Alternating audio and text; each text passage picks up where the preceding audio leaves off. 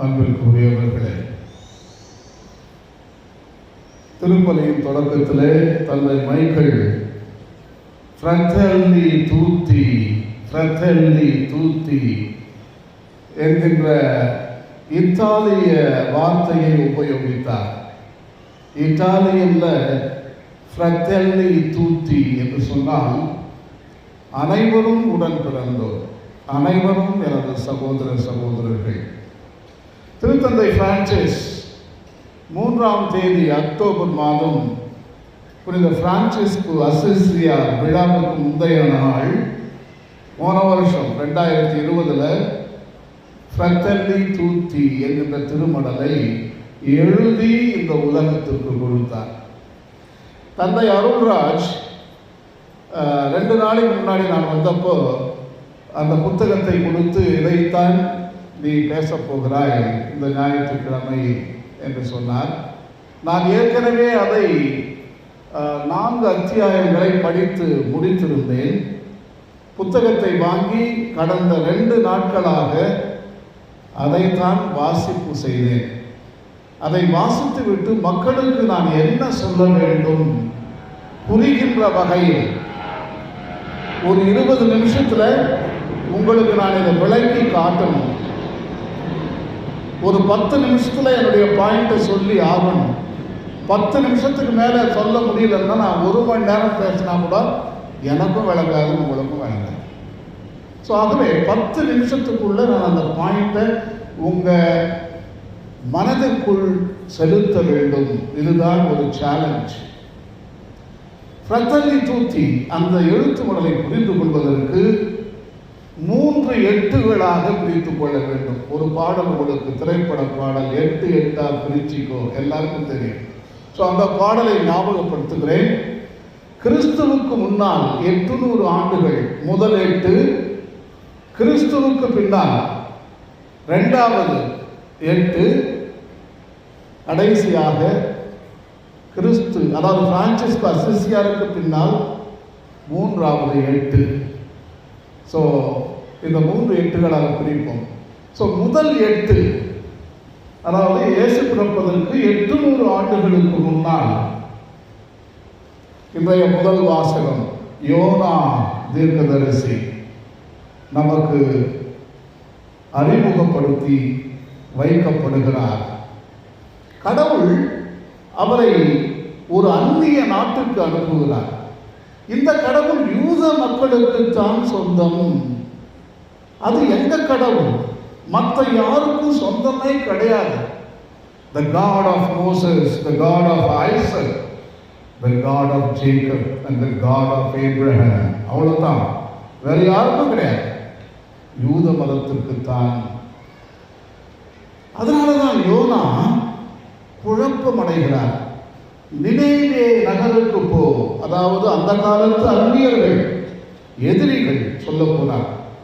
அவங்க அசீரியா நாட்டை சேர்ந்தவர்கள். அங்க போயிட்டு அவங்க தீய வாழ்வில் வாழ்ந்து கொண்டிருக்கிறார்கள். கடவுள் அவங்களை அழிக்க போறாரு. அவங்களை வான் பண்ண, அவர்களுக்கு ஒரு செய்தியை கொடு.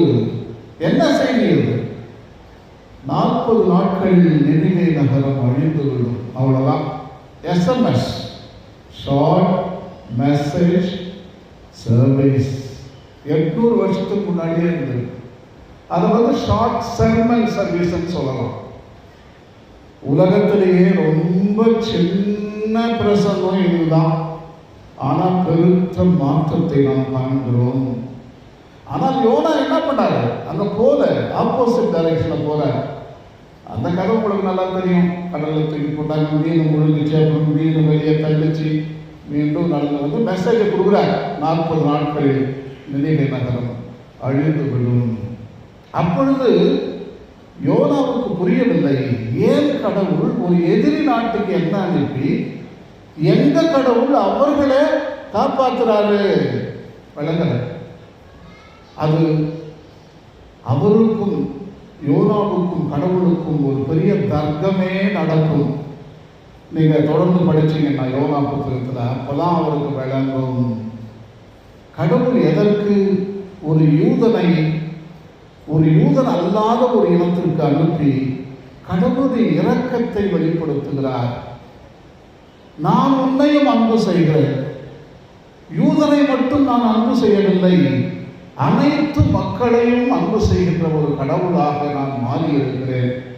சகோதரத்துவம், ஃப்ரெட்டர்னிட்டி, ஃப்ரெட்டர்லி தூத்தி, நாம் அனைவரும் உடன் பிறந்தோர் என்ற கருத்து கிறிஸ்து பிறப்பதற்கு 800 வருடங்களுக்கு முன்னால் ஒரு பிறந்த கதையாக இருப்பதை நாம் பார்க்கிறோம். சோசியல் ஃப்ரெண்ட்ஷிப், ஃப்ரெட்டர்லி தூத்தி என்று சொன்னால் ஃப்ரெட்டர்னிட்டி அண்ட் சோசியல் ஃப்ரெண்ட்ஷிப், சகோதரத்துவம், சமூக நட்பு. சொல்லப்போனால் இது சமூக நட்பு என்று சொல்லலாம். கடவுள் ஒரு நண்பனாக சித்தரிக்கப்பட்டிருக்கிறார் யோனா புத்தகத்தில். மற்ற மதங்களையும் அவர் கட்டி தழுவுகிறார், மற்ற தெய்வங்களையும் புறக்கணிக்கவில்லை, அவைகளையும் ஏற்றுக்கொள்ளுகிறார், அவற்றையும் ஆதரிக்கிறார், அவற்றையும் ஆச்சரியமாக பார்க்கிறார். தீர்க்கதரிசிகளை அனுப்பி அவர்களோடு உறவு கொள்வதை நாம் 800 வருடங்களுக்கு முன்னால், கிறிஸ்துவுக்கு முன்னால் நாம் நடந்த ஒரு கதையை நாம் பார்க்கிறோம். சகோதரத்துவம், சமூக நட்பு, இதுதான் இந்த இரண்டும் பிறந்த வரலாறு தான் இன்றைய முதல் புத்தகம் நமக்கு காட்டுகிறது.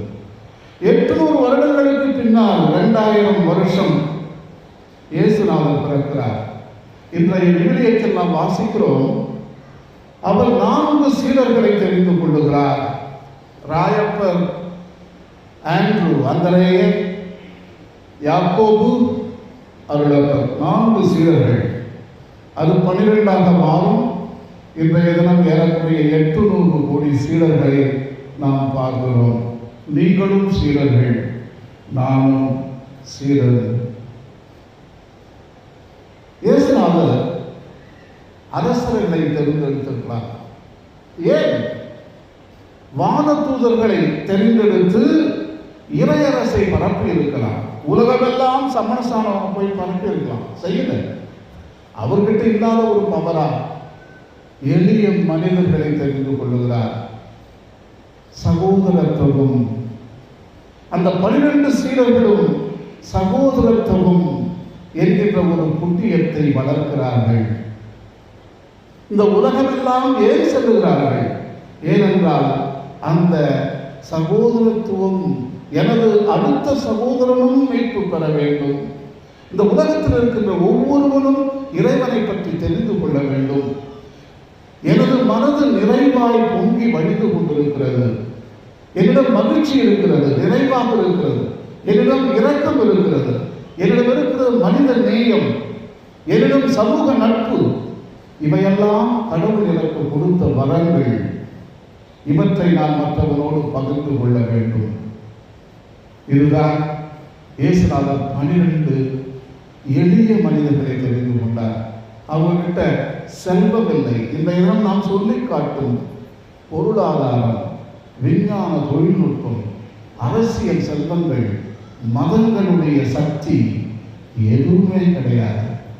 அவன் மனதிற்குள் இருக்கக்கூடிய அந்த எளிமையும் இரக்கமும் கனிவும் சகோதரத்துவமும் மனித நேயமும் சமூக நட்பும், இதை வைத்துத்தான் உலகமெல்லாம் கிறிஸ்துவ மதம் இன்றைய தினம் பரப்பப்பட்டிருக்கிறது. அதிகாரம் அல்ல, ஆட்சி பலம் அல்ல, வன்முறை அல்ல. சில நேரங்களில் அது நடந்திருக்கிறது, நாம் மறுக்க முடியாத உண்மைகள் வரலாற்றில் நிகழ்ந்திருக்கின்றன. ஆனால் அவற்றை கடந்து நாம் உள்ளே சென்று பார்க்கின்ற பொழுது சகோதரத்துவம், சமூக நலன், எத்தனை மிஷனரிஸ், எத்தனை வேத போதகர்கள் இங்கே வந்து இறந்திருக்கிறார்கள். உங்களுக்கு சொல்ல வேண்டுமா? உங்களுக்கு பின்னால் திரும்பி பார்த்தீங்கன்னா தோமையார் எதற்கு வந்தார்? இங்க வந்து உயிரை எதற்கு கொடுத்தார்? செய்தித்தாளம் ஆசையாக இருக்கு. நம்மெல்லாம் வந்து நீங்க பாட்டு பாட பூச வச்சு பிரசங்க வைக்கணும்னு நினைச்சார் அவர். இல்லையே. சகோதரத்துவம், சமூக நட்பு. இயேசுநாதரே சொல்லுகிறார்,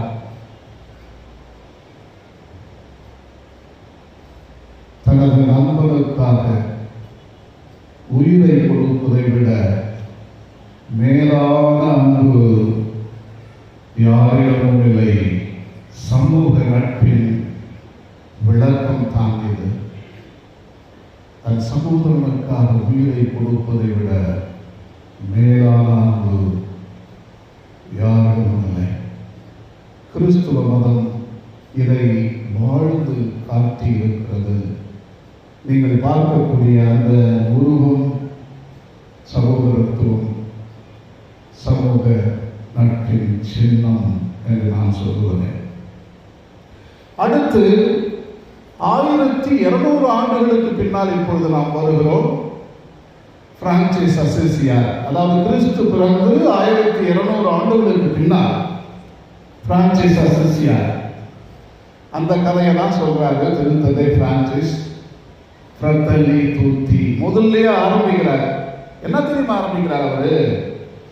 பிரான்சிஸ் அசிசியார் எல்லாவற்றையும் சகோதராக பார்த்தார். எல்லாமே பிரதர், எல்லாமே சிஸ்டர். பிரதர் சன், சகோதர சூரியனை, சகோதரி நிலவே, சகோதர காற்றே, சகோதரி நீரே, தண்ணி, சகோதரி நீரே, சகோதரி பூமியே, சகோதர நெருப்பே, பிரதர் ஃபயர், சகோதர கோநாயே, சகோதரி ஆடை, brother wolf, sister lamb, brother sun, sister moon, brother wind, sister water, mother sister earth, brother fire, brother wolf. எல்லாமே சகோதரத்துவம், எல்லாமே சமூக நட்பு. இங்கு யாருமே இந்த குடும்பத்தில் ஒதுக்கப்படவில்லை. இது ஒரு பிரபஞ்ச குடும்பம். இந்த குடும்பத்திற்கு ஒருவர் தான் தந்தை, அவர்தானே அப்பா என்று நாம் கூப்பிடுகிறோம். எல்லாருமே அவர் பெற்றெடுத்த பிள்ளைகள். இதுதான் சகோதரத்துவம். இது மனித இனத்தையும் கடந்து செல்லுகிறது. பஞ்சபூதங்களையும் கூட பிறந்தவன் அண்ணன் அக்காவாக நாம் பார்க்கிறோம். கடைசியாக பிறந்தவன் தான் இந்த மனிதன். நாம் அனைவரும் கடைசி பிள்ளை இந்த பிரபஞ்ச குடும்பத்திலே. நம்மை எல்லாம் இணைப்பது ஒன்றுதான், சகோதரத்துவம், சமூக நட்பு. ஃப்ரatelli tutti, நாம் அனைவரும் உடன் பிறந்தோர். இப்பொழுது பிரான்சிஸ் அசிசியாருக்கு 800 ஆண்டுகள், 800 ஆண்டுகள் சொல்ல முடியாது, ஏறக்குறைய 700 சம்திங் ஆண்டுகளுக்கு பின்னால் இப்பொழுது நாம் வருகிறோம் இன்றைய தினம். ஸோ இந்த தினம் அந்த என்சைக்ளிக்கல் திருத்தந்தை அதை எழுதி கொடுத்திருக்கிறார். மொத்தத்தையும் படித்த நான் அதில் அவர் சொல்லி இருப்பது மிகவும் practical things.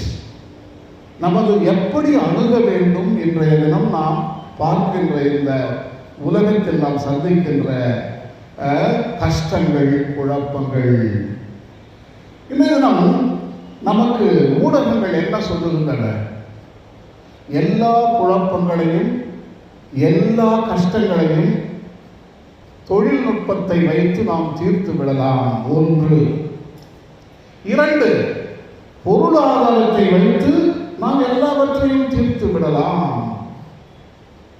High economic growth, உச்ச நிலை பொருளாதார வளர்ச்சி, அவுத்து விடுங்க, எல்லா ப்ராப்ளம் சாய்ந்து போயிடும், தீர்த்துடலாம். 3, அரசியலால் முடியாதது ஒன்றுமில்லை, நாங்கள் மொத்தத்தையும் செய்தி காட்டுறோம், நாங்கள் தீர்த்துறோம் எல்லாத்தையும். மதங்களால் முடியாதது ஒன்றுமில்லை, நாங்கள் செய்தி காட்டுகிறோம். ஊடகங்கள் இன்றைய தினம் நமக்கு இதைத்தான் சொல்லுகின்றன. ஆனால் சமீபத்தில் நடந்த கதையை சொன்னீங்கன்னா நீங்களே சிரிப்பீங்க. COVID-19 பெரும் தொற்று நோய். என்ன நடந்தது? டெக்னாலஜி எங்க போச்சு? ஓடி மறைந்து கொண்டது. பொருளாதாரம் COVID-19 ஏதாவது பண்ணுச்சா? ஒண்ணுமே இல்லையே. மதங்கள் என்ன செய்தன? எல்லாம் ஓடி மறைந்து போயிட்டாங்க. மத தலைவர்களை காணாமல் போய்விட்டார்கள். கோயில்களை மூடினோம். எல்லா சாமியும் மறைக்கப்பட்டன. அரசியல் எங்கே போனது? எல்லா குழப்பங்களையும் எல்லா கஷ்டங்களையும் தீர்த்து வைக்கிறோம் என்று ஊடகங்கள் காட்டிய எல்லா சாதனங்களும் அம்போ அம்போ நம்மை அனாதைகளாக விட்டுவிட்டன. எத்தனை மக்கள் இறந்தார்கள்? எத்தனை மக்கள் இந்தியாவில் ஆஸ்பத்திரியில் அனுமதிக்கப்பட்டார்கள்? அங்கே விஞ்ஞானமும் தொழில்நுட்பமும் அரசியலும் மதங்களும் பொருளாதாரமும் வந்து உதவி செய்தனவா? அல்ல, சகோதரத்துவம். எத்தனை மருத்துவர்கள், எத்தனை நர்சஸ், எத்தனை மக்கள் அந்த பிணங்களை எடுத்து அவற்றை அடக்கம் செய்தார்கள், எரித்தார்கள். 24 மணி நேரமும் COVID-19 பாதிக்கப்பட்ட மக்களை கவனித்தது யார்? இந்த 4 ஊடகங்கள் காட்டுகின்ற இந்த 4 சாதனங்களா? அல்ல, சகோதரத்துவம், சமூக நட்பு. இதுதான் இந்த COVID-19 பெரும் தொற்று நோயிலிருந்து மனிதனை காப்பாற்றி இருக்கிறது. இன்றைய தினம் திருத்தந்தை நமக்கு என்ன சொல்கிறார்? ஒரு புதியதோர் உலகத்தை உருவாக்குவோம். அவர் சொல்வது இதுதான், ஒரு புதியதோர் உலகத்தை நாம் உருவாக்குவோம். எப்பேற்பட்ட உலகம்? இந்த தினம் நம்ம ரொம்ப அடிக்ஷன் ஆகிட்டோம். எதுக்கு? டெக்னாலஜிக்கு அடிக்ஷன் ஆகிட்டோம். இப்போ வேண்டாம்னா ஒத்துக்க மாட்டோம், நம்மளே ஒத்துக்க மாட்டோம். இப்போ நானே எங்கள் டேபிள் மேலே டெக்னாலஜி வச்சு தான் பிரசங்கத்தை ரெக்கார்ட் பண்ணிட்டு இருக்கேன். அங்கே பாருங்க, பாட்டும் டெக்னாலஜி தான், இதுவும் டெக்னாலஜி தான். இதெல்லாம் நம்ம விட மாட்டோம். ஆகவே திருத்தந்தை வித்தியாசமாக சொல்லுகிறார். இதை நம்ம விட முடியாது. ஊடகங்கள் காட்டுகின்ற அந்த நாணத்தையும் நம்பிதான் ஆகணும். பாலிடிக்ஸ் தான் தீர்க்க போகுது, டெக்னாலஜி தான் தீர்க்க போகுது. இப்போ கொஞ்ச நேரத்தில் சொன்ன இந்த 4 வேலைக்கு ஆகாதுன்னு சொன்னேன். நானே சொன்னேன், இப்போ இந்த நாணத்தை வச்சு எப்படி நம்ம வேலை செய்ய வைக்கலாம்? இதுதான் இந்த ஃப்ரெத்தல்லி தூத்தியில் இருக்கக்கூடிய ஒரு மாபெரும் திருப்பு முனை என்று சொல்லலாம். ஸோ பொருளாதாரம் என்ன செய்யும்? பொருளாதாரம் நான் சொன்னேன், உச்சநிலை பொருளாதார வளர்ச்சி தான் எல்லாத்தையும் அழிச்சுக்கிட்டு இருக்கு இந்த தினம். மாறாக திருத்தத்தை சொல்லுகிறார், உச்சநிலை பொருளாதார வளர்ச்சி நம்மிடம் செல்வம் எதற்காக கொடுக்கப்பட்டிருக்கிறது என்ற கேள்வியை கேட்கிறார். உனக்கு எதற்கு செல்வம்? இந்த ஒரு சில பணக்காரர்கள் நாம் இருக்கிறோம் என்று வைத்துக் கொள்வோம். எதற்கு எனக்கு செல்வம்? கிறிஸ்துவ மதம் பிரைவேட் ப்ராப்பர்ட்டியை என்னைக்குமே அக்செப்ட் பண்ணதே கிடையாது. உனக்கு பிரைவேட் ப்ராப்பர்ட்டியை நீ வச்சுக்கிறதுக்கு ஒரு உரிமை இல்லைன்னு சொல்லுதான் திருச்சபை நமக்கு போதனை பண்ணுது. உனக்கு பிரைவேட் ப்ராப்பர்ட்டி எதுக்கு நீ வச்சிருக்கன்னு சொன்னா அது சகோதரத்துவத்திற்காக, சமூக நட்புக்காக. உனது அயலான் சாப்பாடு இல்லாதப்ப, உனது அயலான் கஷ்டப்படுகின்ற பொழுது உனது செல்வத்தை வைத்து அவனுக்கு நீ உதவி செய்ய வேண்டும். அப்பொழுதுதான் நீ வைத்திருக்கிற பிரைவேட் ப்ராப்பர்ட்டியை நான் அங்கீகாரம் செய்கிறேன் என்று திருச்சபை நமக்கு பல காலமாக போதித்து வருகின்றது. இதுல அதுதான் எழுதுகிறார். எவ்வளவு செல்வம் இருக்கிறது இந்த உலகத்திலே, பொருளாதார வளர்ச்சி இருக்கிறது. ஆனால் 800 கோடி மக்களும் சமமாக இருக்கின்றார்களா? இல்லையே. பாதி மக்கள் ஏழைகளாக இருக்கிறார்கள். ஏறக்குறைய 100 கோடி மக்கள் தரித்திரத்தில் வாழ்ந்து கொண்டிருக்கிறார்கள். எங்கே சமம் இருக்கிறது? சகோதரத்துவம் இருந்தால் பொருளாதாரத்தில் சகோதரத்தை நுழைக்க வேண்டும், சமூக நட்பையும் நுழைக்க வேண்டும். மாறிவிடும், மாற்றலாம். இதுதான் ஒரு புதிய ஒரு உலகத்தை நாம் உருவாக்க வேண்டும் என்று சொல்லி தூத்தி ஃப்ரத்தல்லி தூத்தி எழுத்து மடலிலே சவால் விடுகிறார் திருத்தந்தை. இரண்டாவது பாலிடிக்ஸையும் நாம் மாற்றலாம். பாலிடிக்ஸ்ல என்ன ப்ராப்ளம்னா செல்ஃப் இன்ட்ரெஸ்ட்.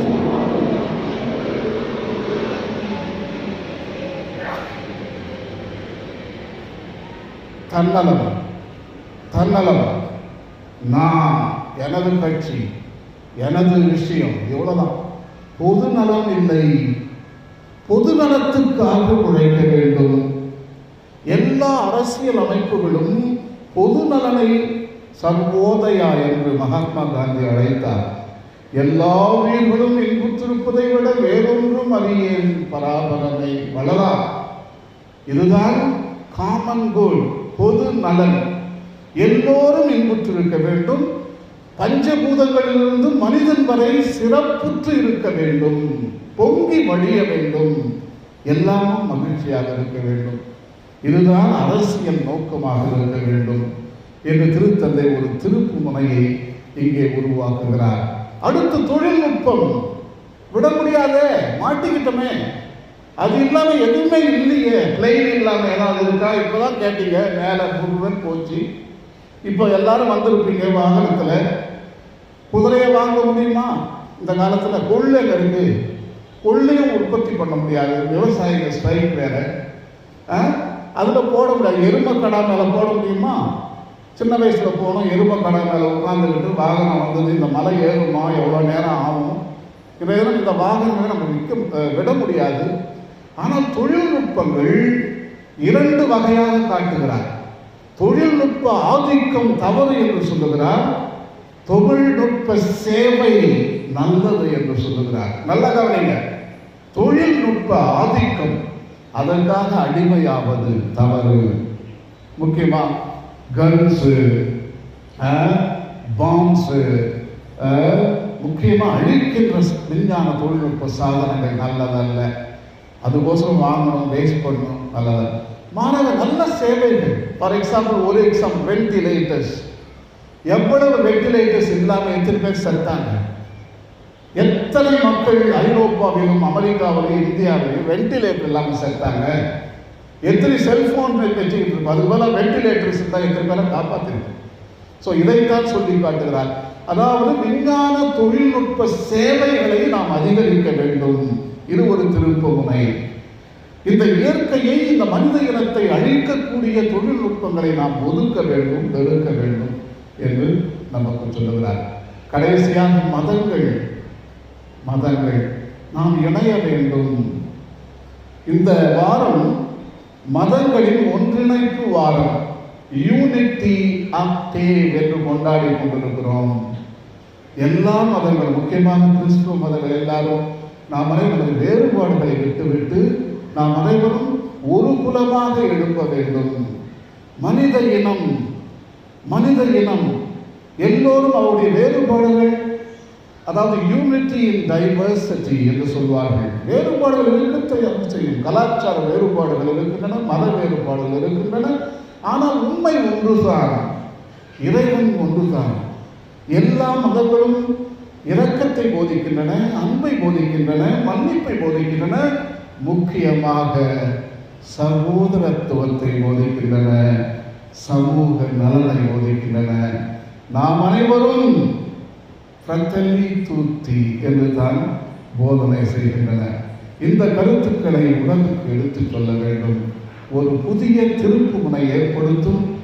நாம் எதிர்கொள்ளுகின்ற 21ஆம் இந்த நூற்றாண்டின் கஷ்டங்களும் நஷ்டங்களும் சேலஞ்சஸும் எதிர்பார்ப்புகளும் இரண்டே அணுகுமுறைகளை வைத்து நாம் சரி கட்டலாம். அதுதான் சகோதரத்துவம், சமூக நட்பு. இதுதான் திருத்தந்தை நமக்கு கொடுக்கக்கூடிய மாபெரும் பாடம். இன் ஃப்ரத்தல்லி தூத்தி. அன்புக்குரியவர்களே, இதோ ஃப்ரத்தல்லி தூத்தி இங்கே இருக்கிறீர்கள். உங்களை நான் ஃப்ரத்தல்லி தூத்தி என்று தான் அழைக்கிறேன். பிரான்சிஸ் அசிசியார் தனது சகோதரர்களை இந்த வார்த்தை சொல்லிதான் அழைத்தார். ஃப்ரatelli tutti. இத்தாலியில் பேசும்போது நீ இப்படி பேசணும், ஃப்ரatelli tutti, ஃப்ரatelli tutti. எனது சகோதர சகோதரி இப்போ வீட்டில் போய் சொல்லுங்க, ஃப்ரatelli tutti. என்னவோ ஆயிடுச்சுன்னு நினைப்பாருங்க. வீட்டுக்கு போய் சொல்லிட்டீங்கன்னா நான் அனைவரும் உடன் பிறந்தோ என்று அர்த்தம். ஒரு வார்த்தை கற்றுக்கிறதுல தப்பே இல்லை. இது பியூட்டிஃபுல் வார்த்தை, ஃப்ரatelli tutti. அழகான வார்த்தை இது. உங்களோட நிறுத்திக்காதீங்க, உங்கள் குடும்பத்தோட அக்கம் பக்கத்தில் போய் சேர்த்துக்குங்க, ஊர்லேயும் சேர்த்துக்குங்க, நாட்டையும் சேர்த்துக்குங்க, உலகத்தையும் சேர்த்துக்குங்க, பிரபஞ்சத்தையும் சேர்த்துக்குங்க, பஞ்சபூதங்களையும் சேர்த்துக்குங்க. ஏனென்றால் பிரான்சிஸ் அசிசியார் நமக்கு சொல்லுகிறார், நாம் அனைவரும் ஒரு பிரபஞ்ச குடும்பம். நமது தந்தை ஒருவரே, அவர்தான் வானக தந்தை, அப்பா என்று அழைக்கிறோம் என்று இந்த ஃப்ரatelli tutti எழுத்து மடலை எழுதி முடிக்கிறார் திருத்தந்தை. இறைவன் நம் அனைவருக்கும் இப்படிப்பட்ட அற்புதமான சிந்தனைகளை நமது மனத்தில் வளர்த்தெடுத்து இங்கு வந்திருக்கின்ற உங்களையும் நமது நாட்டையும் இந்த உலகத்தையும் இறைவன் ஆசீர்வதிப்பாராக. ஆமென்.